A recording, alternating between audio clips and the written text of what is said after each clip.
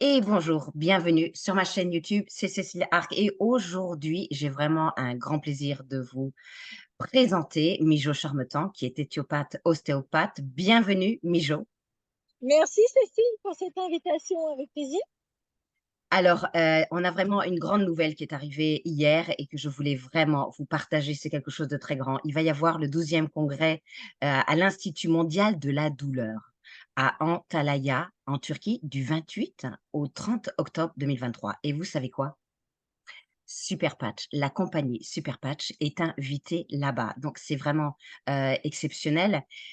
Mijo, dis-moi en quoi, Super Patch, pourquoi ils sont invités là-bas et qu'est-ce qu'il y a de spécial et quel est le patch spécifique à cette douleur, pour être invité là-bas? Exactement.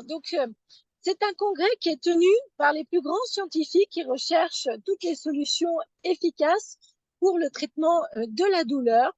Et c'est suite à la publication de l'étude clinique que Superpatch a publiée sur la gestion de la douleur. Alors, vous savez que Superpatch développe sa neurotechnologie depuis 7 ans. Et auparavant, donc depuis une petite année sous la forme d'un patch, mais auparavant, donc c'était sous la forme d'une semelle orthopédique et d'une chaussette sous la dénomination VoxLive. Donc cette étude a été menée avec la même neurotechnologie, mais contenue dans les chaussettes, ce qui est moins pratique à porter l'été et on ne peut pas porter plusieurs paires de chaussettes. Donc cette étude clinique porte évidemment sur la neurotechnologie Freedom, donc de la gestion de la douleur. Et c'est suite à la publication donc que les pairs scientifiques ont convoqué la compagnie pour venir justement montrer leur étude, les résultats ont été plus que probants et que le conseil scientifique reconnaît ces résultats et ce genre d'études. Et ils sont invités donc à partager leurs données scientifiques et leurs conclusions. Mmh, ça donne envie d'aller en Turquie. Mais dis-moi Mijo, comment ça se fait qu'une compagnie comme, Super Patch, qui est maintenant, on peut dire une social selling, c'est du social selling, c'est du MLM, c'est du, network marketing. Comment ça se fait qu'une compagnie comme ça soit invitée à un congrès aussi grand et aussi important? Alors, c'est vrai qu'en fait, beaucoup de gens gardent un a priori négatif de dire le mode de distribution va amener un petit a priori sur tout le détail scientifique qu'il y a derrière ce genre de neurotechnologie. Alors qu'en fait, pas du tout. Dans la communauté scientifique, que les chaussettes soient distribuées dans un grand magasin ou du bouche à oreille, ce qui les intéresse, c'est la technicité scientifique et le résultat des études cliniques. Et on en a de nombreuses aussi où on dirait que, par exemple, il y a des électroencéphalogrammes où l'on voit les changements de position et d'adaptation quand on pose un patch ou autre. Donc en fait, souvent, les gens en eux-mêmes se limitent et se disent oh non, si c'est un mode de distribution comme ça peut pas être sérieux, ça peut pas être efficace. Et ils s'auto-limitent eux-mêmes alors qu'ils pourraient bénéficier d'une neurotechnologie sans produit, sans effet secondaire, ouverte à tout le monde. Alors que les scientifiques eux-mêmes demandent et vérifient ces résultats et veulent les faire connaître dans le milieu scientifique. Et nous, pauvres petits quidam, on est là en train de dire ah mais non, mais franchement, c'est du social selling. Franchement, ça n'a aucune portée scientifique. Donc voilà qu'il faudra montrer à tout le monde le sérieux des études cliniques parce que un congrès mondial de scientifiques n'est pas invité la première cloche qui fait semblant de mettre au point quelque chose qui n'a aucune efficacité. Donc, je peux plus vous citer, mais en tout cas, les études cliniques sont disponibles dans le back-office. Je peux plus vous citer sur quel hôpital ça a été mené, etc. Je peux vous donner un peu la donnée, mais on reviendra dessus en détail.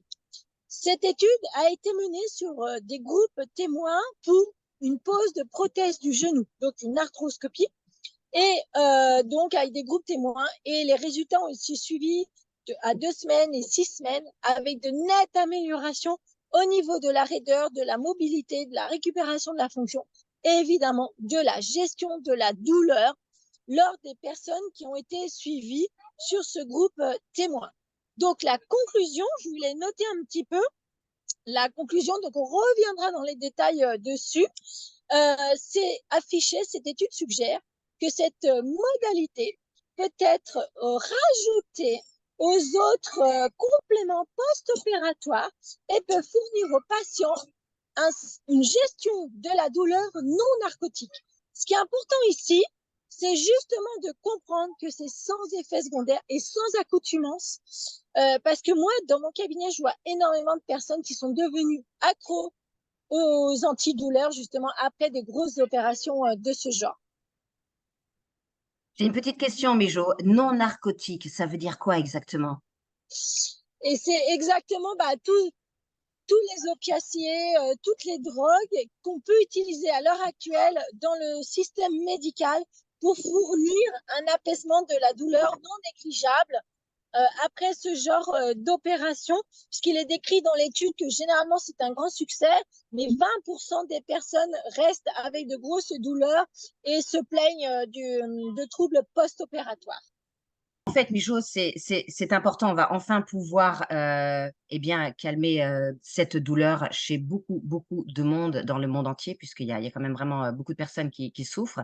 Et la prévalence de la douleur et les maladies liées à la douleur est si vaste. Quelles sont vraiment les principales causes d'invalidité et de charge de morbidité dans le monde?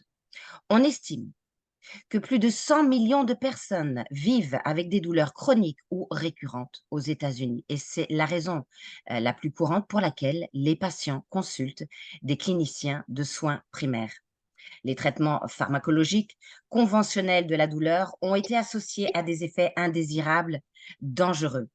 L'identification de stratégies de traitement alternatifs efficaces, y compris celles qui sont non invasives et non pharmacologiques, et qui sont des profils d'effets secondaires réduits et limités, fournira des options qui peuvent être préférables dans la façon dont les cliniciens traitent traditionnellement la douleur, a déclaré J.F. Cuding, qui est médecin investigateur principal pour les essais Harmonie et Invicor. Et il a dit: nous sommes ravis de partager les résultats de l'essai Harmonie et nous sommes impatients d'offrir de nouvelles options de traitement potentiels aux personnes souffrant de diverses douleurs. Donc, Exactement. tout est encore à faire. C'est vraiment des belles nouvelles. Et bientôt, nous allons pouvoir faire un autre Zoom, une autre vidéo qui sera vraiment liée à l'étude de ce patch sur la douleur. Exactement. Donc, retenez bien en 2 mots, justement, l'exceptionnelle invitation. C'est la première fois qu'une entreprise qui distribue ces biotechnologies en marketing de réseau est invitée à un congrès scientifique, donc est reconnu officiellement dans ces études cliniques. Donc, je vous assure, on est au bon endroit, au bon moment. Ça va marquer un virage énorme dans la gestion de la douleur et dans l'approche thérapeutique au niveau santé, puisque là, pour la première fois, vous l'avez compris, avec ces patchs, on utilise la voie sensorielle, la proprioception, et pas la voie sanguine. Et un énorme virage va pouvoir être accompli. Donc maintenant, juste la question, c'est est-ce que vous voulez participer avec nous au développement de cette entreprise ou est-ce que vous regardez le train passer tout simplement? Sinon, venez nous rejoindre pour faire du bien à votre santé et à votre santé financière. À bientôt et tous. Merci, Mijo. Merci infiniment.